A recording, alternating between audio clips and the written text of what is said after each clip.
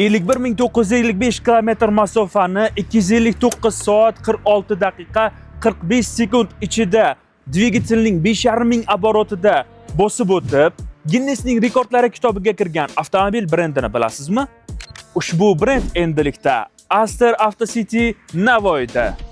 Respublikamizda 10 dan ortiq brend hamda 30 dan ortiq rasmiy dilerlik markazlariga ega bo'lgan Adim Asterning Changan dilerlik markazi Navoiy viloyati Karmana tumani F37 yo'lida Mo'xnur to'yxonasiga yetmasdan joylashgan Aster Avtocity Navoiyda o'z ish faoliyatini boshladi.